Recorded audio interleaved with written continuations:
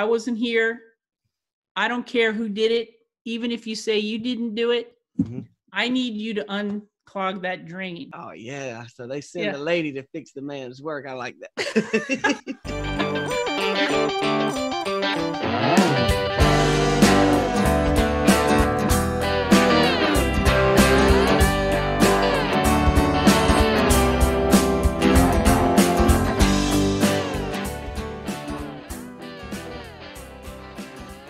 And usually I just put my blinders on and go do what I have to do. You got to take that first step.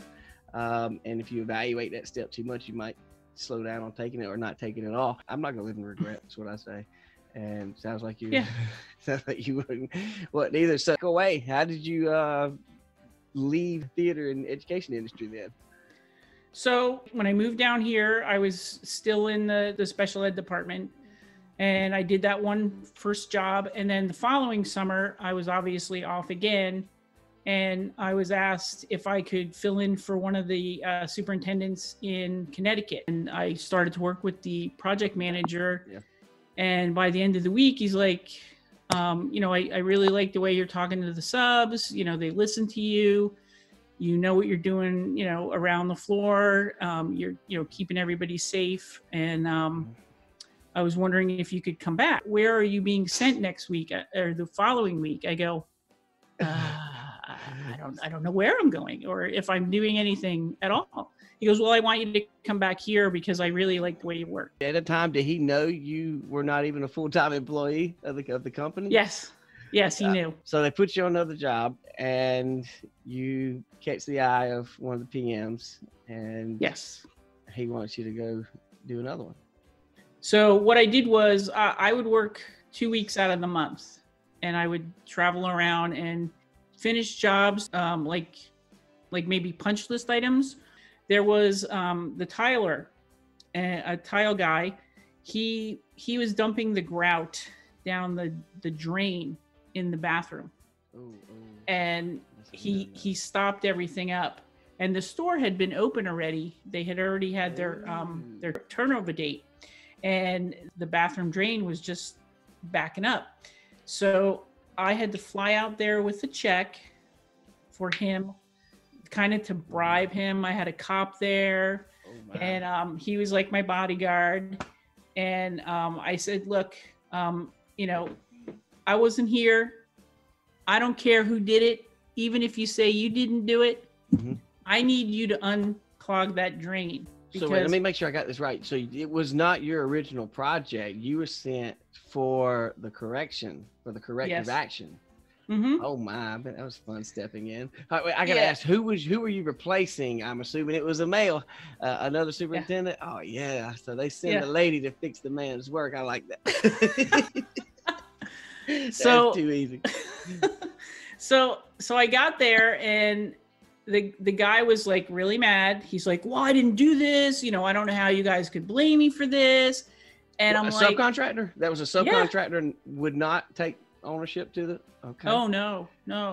Okay. And I said, well, the funny thing is, it's the same color grout you were using. So I don't know how or where somebody else would get it or nobody else was using the same color grout you were using, but I don't care if you did it. Unclog it and you can have this check. And then, it was worth his time. That worked, he brought his wife. He brought his wife for a witness. It was kind of funny.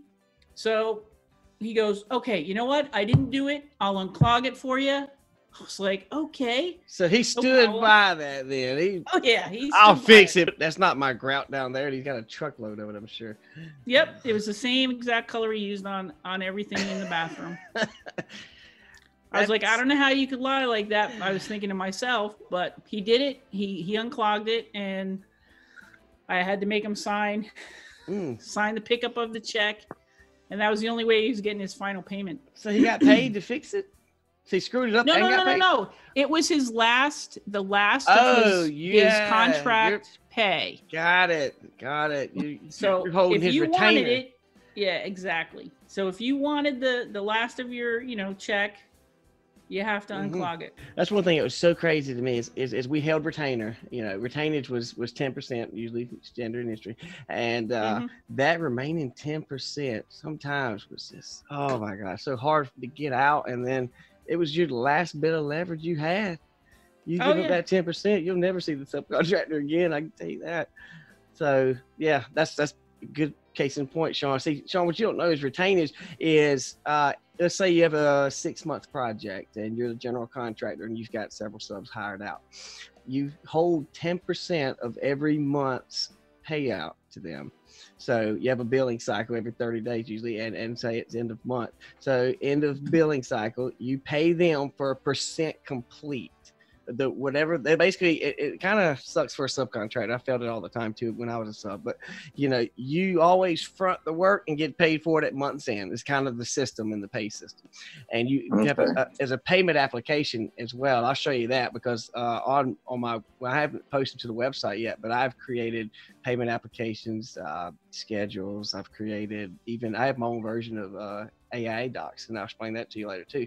But so anyway, the payment application process is you pay them, let's just say it's a $100,000 contract, 6 months. So have they've completed a value of $20,000 of that $100,000 contract at the end of month 1, they bill you for that amount and you hold 10% of it and you pay them out. So that's the system. If it's $20,000 work, you pay them to $18,000. So you hold it for 10% out, and each month that builds up. Month 2, say they've done $20,000 worth of work on month 2.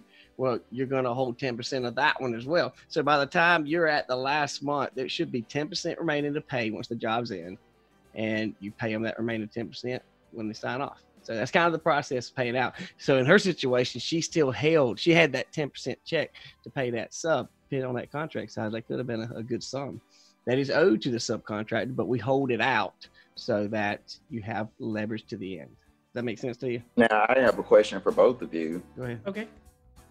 With the Contractor Discover platform, I know it can monitor and track the progression of a project. Yeah. Can it also monitor and track what you're paying these subcontractors and the 10% that you have to keep?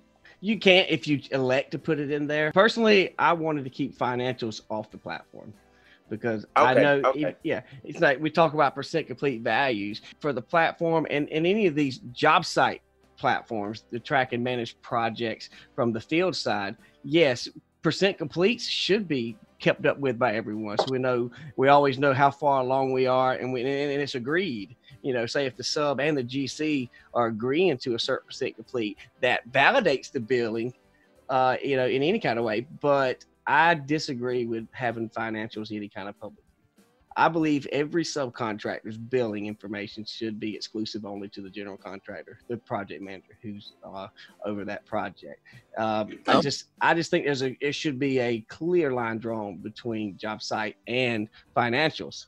Now, there is a correlation, like I said, where you need to know percent complete values so that you can put a value on completions. But I think that number, that actual value, is respectfully held between the PM and that subcontractor. I don't think other subs should know contract size of other subs unless they choose to share that amongst themselves. So I don't want that in a collaborative platform, personally. So Gotcha. for that reason, I didn't. And there are other platforms out there, and I know Miss Cathy's aware of them. There's some that do not practice that separation as defined, but I leave it out. I don't want it in my platform at all, truthfully. So, that's another topic we can have on another day.